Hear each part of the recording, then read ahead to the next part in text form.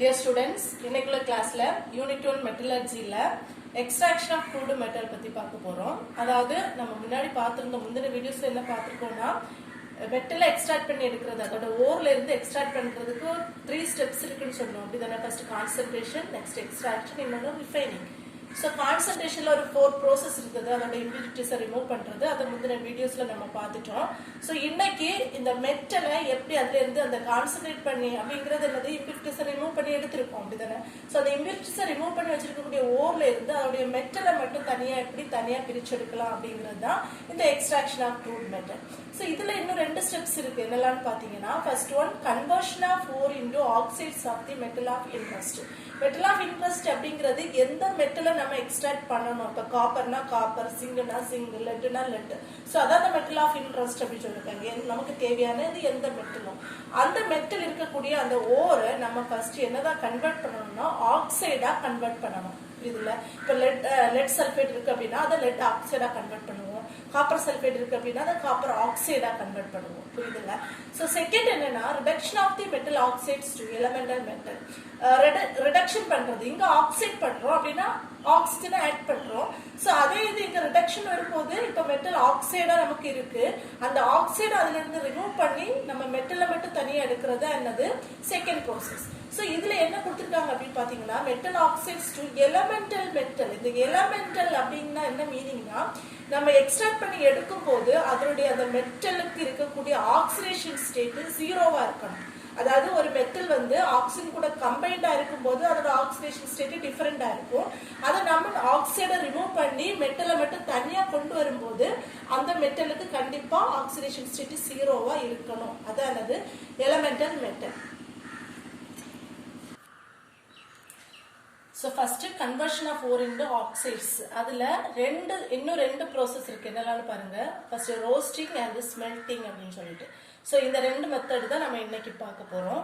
So first ரோஸ்டிங்னா என்னன்னு பாருங்க. Conversion of sulphide ore into their oxides. அதாவது ஃப்ரோத் ஃப்ளோட்டேஷன் ப்ராசஸ்ல நம்ம சல்ஃபைட் ஓர் அதோட இம்பியூரிட்டிஸை ரிமூவ் பண்றது அப்படின்னு சொல்லியிருந்தோம்ல. அது கலினா அண்ட் சிங்க் பிளெண்ட் அப்படின்னு. அதாவது lead sulphide, zinc sulphide, copper sulphide, இந்த மாதிரி சல்ஃபைட் ஓர் நமக்கு இருக்கு அப்படின்னா எப்படின்னா இப்ப லெட் நமக்கு எக்ஸ்ட்ராக்ட் பண்ணணும்னா நம்ம லெட் சல்ஃபைடு தான் எடுத்தாகணும். அதே மாதிரி சிங்க் எக்ஸ்ட்ராக்ட் பண்ணணும்னா சிங்க் சல்ஃபைடு எடுத்தாகணும்ல.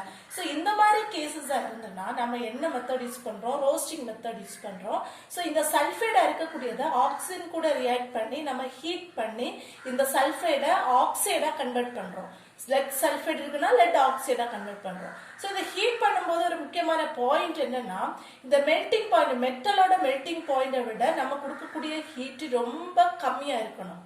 ரொம்ப இல்ல, அதாவது கம்மியா இருக்கணும். எதனாலன்னா இந்த லெட் அங்க மெல்ட் ஆகக்கூடாது. மெல்டிங் பாயிண்ட் வந்துச்சுன்னா லெட் மெல்ட் ஆயிடும்ல. ஸோ அதை ரிகவரி பண்றதுக்கு கஷ்டம். ஸோ அதனால ஆக்சிஜன் கொடுத்து நம்ம ஹீட் பண்ணும்போது இந்த lowering of melting point of metal தான் நம்ம என்ன கொடுக்கணும்? அந்த ஹீட்டிங் கொடுக்கணும். ஸோ பாருங்க ரியாக்ஷன் அப்படின்னா இப்போ லெட் சல்ஃபைட் எடுக்கிறோம்னா லெட் சல்ஃபைடு ஆக்சிஜன் கூட ரியாக்ட் பண்ணி நம்ம என்ன சொல்லியிருக்கோம்? Sulphide ore is converted into oxide ore. அப்போ லெட் சல்ஃபைடா இருக்குன்னா அது எதாவது கன்வெர்ட் ஆகுது, லெட் ஆக்சைடா கன்வெர்ட் ஆகுது. பிளஸ் இந்த சல்ஃபரும் இந்த ஆக்சிஜனும் கம்பைன் ஆகும்போது இங்க இருந்து சல்ஃபர் டை ஆக்சைடு ரிமூவ் ஆகும். அதே மாதிரி சிங்க் சல்ஃபைடு ஆக்சிஜன் கூட ரியாக்ட் பண்ணும்போது zinc sulphide is converted into zinc oxide plus sulphur dioxide. அப்புறம் காப்பர் சல்ஃபைடு ஆக்சிஜன் கூட ரியாக்ட் பண்ணும்போது copper oxide plus sulphur dioxide. இப்போ என்ன சொல்றாங்கன்னா, இந்த சல்ஃபர் டை ஆக்சைடு இங்க ரிமூவ் ஆகுது இல்ல, இந்த சல்ஃபர் டை ஆக்சைடு எல்லாமே கார்ம்ஃபுல், நம்மளுடைய அட்மாஸ்பியருக்கு இல்லைன்னா என்விரான்மெண்ட்டுக்கு ரொம்ப கார்ம்ஃபுல்லா இருக்கக்கூடிய ஒரு கேஸ் இருக்கிறதுனால இதை சல்ஃபரிக் ஆசிட்டை என்ன பண்றாங்க? ஃபேக்டரிஸ் இல்லைன்னா இண்டஸ்ட்ரீஸ்ல அவங்க கன்வெர்ட் பண்றாங்க. ஸோ இப்போ நம்ம இந்த இக்குவேஷன் எப்படி பேலன்ஸ் பண்றதுன்னு பார்க்கலாம். இப்போ லெட் இங்க 1 இருக்கு, இங்க 1 இருக்கு, பேலன்ஸ்டா இருக்கு. சல்ஃபர் 1 இருக்கு, இங்க சல்ஃபர் 1 பேலன்ஸ்டு. ஆக்சிஜன் பாருங்க, இங்க O2, இங்க O2 இருக்கு, இங்க 1 இருக்குல்ல, 3 இருக்கு. ஸோ சப்போஸ் நம்ம இங்க 2 போட்டோம்னா தான் என்ன ஆகும்? 2 into 2 4 ஆயிடும். ஸோ அதே மாதிரி இங்க என்ன போட்டாகணும்? 2 போட்டாகணும். சரியா? அப்ப இங்க லெட் 2 ஆயிடுச்சுல்ல, அப்ப திரும்ப நம்ம இங்க என்ன போட்டாகணும்? 2. இப்ப சல்ஃபர் பாருங்க, இங்க 2 ஆயிடுச்சு. ஸோ இங்க ஒரு 2 போடும்போது ஆக்சிஜன் சேஞ்ச் ஆகுது. 2 into 2 4, 4 பிளஸ் இங்க ஒரு 2 ஆக்சிஜன் இருக்கு. ஸோ 6 ஆயிடுச்சுல்ல. ஸோ இந்த ஆக்சிஜனை இந்த பக்கம் பேலன்ஸ் பண்றதுக்காக இந்த 2 நம்ம என்ன பண்ணலாம்? 3 கன்வெர்ட் பண்ணலாம். ஸோ இதே மாதிரி தான் இந்த ஈக்குவேஷன்ஸையும் நம்ம பேலன்ஸ் பண்ணும்போது இதே சேம் நம்பர் தான் வரும். இங்கே பேலன்ஸ் பண்ணி பாருங்க சரியா. காப்பர் ஆக்சைடு இதில் 2, இதில் 3O2, 2Cu2O, 2SO2. இப்போ நம்ம காப்பர் சல்ஃபைடு ஒரு ஆக்சைடா கன்வெர்ட் பண்ணிட்டோம்ல. நெக்ஸ்ட் என்னன்னா இதுல சம் இம்பியூரிட்டிஸ் எல்லாம் இருக்கு. இம்பியூரிட்டிஸ் என்னன்னா ஆர்சனிக், சல்ஃபர் அண்ட் பாஸ்பரஸ் மாதிரி இம்பியூரிட்டிஸ் இருக்கு. அந்த இம்பியூரிட்டிஸும் நம்ம ஆக்சிஜன் கூட கம்பைன் பண்ணும்போது அது அதோட ஆக்சைட்ஸ் அங்க இருந்து ரிமூவ் ஆகுது. அதாவது இப்போ ஆர்சனிக் இருக்குன்னு வைங்க, இந்த ஆர்சனிக் ஆக்சிஜன் கூட கம்பைன் ஆகும்போது இது arsenic try oxide AS2O3 try oxide அங்கே இம்பியூரிட்டியா ரிமூவ் ஆகும். அதே மாதிரி சல்ஃபர் எடுத்தோம் அப்படின்னா ஆக்சிஜன் கூட கம்பைன் ஆகும்போது சல்ஃபர் டை ஆக்சைடா ரிமூவ் ஆகுது. பாஸ்பரஸ் எடுத்து ஆக்சிஜன் கூட கம்பைன் ஆகும்போது பாஸ்பரஸ் பெண்டா ஆக்சைடா அங்க இருந்து கன்வெர்ட் ஆகுது. இப்ப நம்ம என்ன பண்ணணும், ஈக்குவேஷன் பேலன்ஸ் பண்ணணும். இப்ப AS இங்க 1 இருக்கு, இங்க என்ன இருக்கு 2 இருக்குல்ல, அப்ப இங்க ஒரு 2 போட்டுடலாம். இப்ப ஆக்சிஜன் பாருங்க இங்க 3 இருக்கு, இங்க 2 இருக்கு. ஸோ நம்ம இங்க 2 போட்டோம்னா 2 × 2 4 ஆயிடும். அப்போ இந்த ஆக்சிஜன் இங்க 3 இருக்கிறதுனால பேலன்ஸ் பண்றது கஷ்டம் இல்லை. ஸோ இங்க என்ன போட்டுடலாம்னா ஒரு 3 போட்டுடலாம். இந்த O3 2ஆல மல்டிப்ளை பண்ணிடலாம். அப்போ 3 × 2 6 ஆயிடுச்சு, 2 × 3 6 ஆயிடுச்சு. இப்போ ஆர்சனிக் இங்க 2 × 2 4 ஆயிடுச்சு இல்லை, அதனால நம்ம இங்க என்ன போட்டுக்கலாம், ஒரு 4 போட்டுக்கலாம். அதே மாதிரி சல்ஃபர் பாருங்க இங்க S8 இருக்கு, இங்க 1 தானே இருக்கு. ஸோ இங்க ஒரு 8 போட்டோம்னா சல்ஃபர் பேலன்ஸ் ஆயிடும். இப்போ இங்க O2 இருக்கு, இங்க 8O2 இருக்குல்ல. ஸோ திரும்ப ஆக்சிஜனையும் 8ஆல மல்டிப்ளை பண்ணோம்னா 16, இங்கேயும் 16. அதே மாதிரி பாஸ்பரஸ் இங்க P4 கரெக்டா இருக்கு, இங்க O2 இருக்கு, இங்க O10 இருக்கு. ஸோ இது 10ஆ மாத்தணும்னா 5ஆல மல்டிப்ளை பண்ணோம்னா 10 ஆயிடும். ஸோ இதான் என்னது, அதோட இம்பியூரிட்டிஸ் ஆக்சைட்ஸா அதுல இருந்து ரிமூவ் ஆகுறது. ஸோ நெக்ஸ்ட் என்ன பார்க்க போறோம்னா கால்சினேஷன் ப்ரோசஸ். இது என்ன பண்ணணும், ore is strongly heated in the absence of air. அதாவது இதுல நம்ம யூஸ் பண்ண போறது கார்பனேட் ஓர். ரோஸ்டிங்ல சல்ஃபைடு ஓர் எடுத்துட்டோம்ல, அதே மாதிரி நம்ம கால்சினேஷன்ல யூஸ் பண்றது கார்பனேட் இருக்கக்கூடிய ஓர். இந்த கார்பனேட் இருக்கக்கூடிய ஓரை ஆப்சன்ஸ் ஆஃப் ஏர்ல நல்லா ஸ்ட்ராங்கா ஹீட் பண்ணி அதை ஆக்சைடா கன்வெர்ட் பண்றத கால்சினேஷன் ப்ரோசஸ்.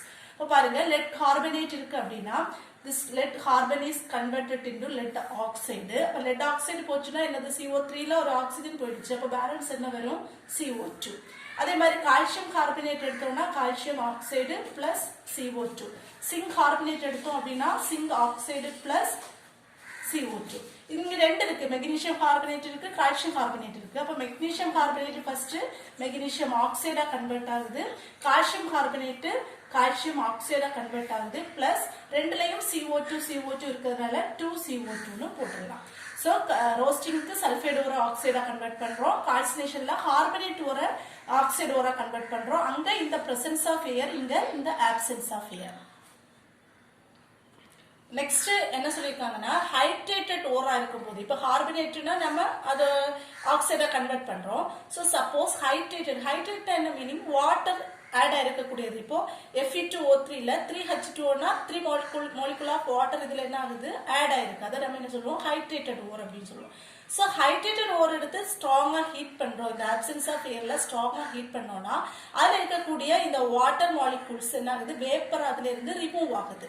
ஸோ ரிமூவ் ஆகி நமக்கு என்னது மட்டும் கிடைக்கும், ஓர் மட்டும் தனியா கிடைக்கும். அதான் இப்போ Fe2O3 3H2 எடுக்கணும்னா இது எப்படி கன்வெர்ட் ஆகுது, Fe2O3 நமக்கு ஓர் தனியா கிடைக்குது, இது இருக்கக்கூடிய வாட்டர் மாலிகூல்ஸ்ல இருந்து ரிமூவ் ஆகுது.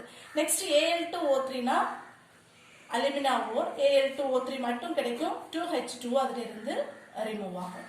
ஸோ இதான் என்னது கால்சினேஷன் ப்ரோசஸ். ஸோ ரொம்ப சிம்பிளான கான்செப்ட். ரோஸ்டிங் அப்படிங்கிறது சல்ஃபைடு ஓரை அதோட ஆக்சைடு ஓரா கன்வெர்ட் பண்றோம் ஆக்சிடேஷன் ப்ரோசஸ்ல இந்த பிரசன்ஸ் ஆஃப் ஏர். சரியா, அதே இது கால்சினேஷன் எடுத்தோம் அப்படின்னா கார்பனேட் ஓரை ஹீட் பண்றோம், பட் இந்த ஆப்சன்ஸ் ஆஃப் ஏர். ஸோ அதுதான் என்னது ரெண்டுக்குள்ள concept, roasting and calcination. So ரொம்ப சிம்பிள் கான்செப்ட், எல்லாருக்கும் ஈஸியா புரிஞ்சிருக்கும்னு நினைக்கிறேன். தேங்க்யூ.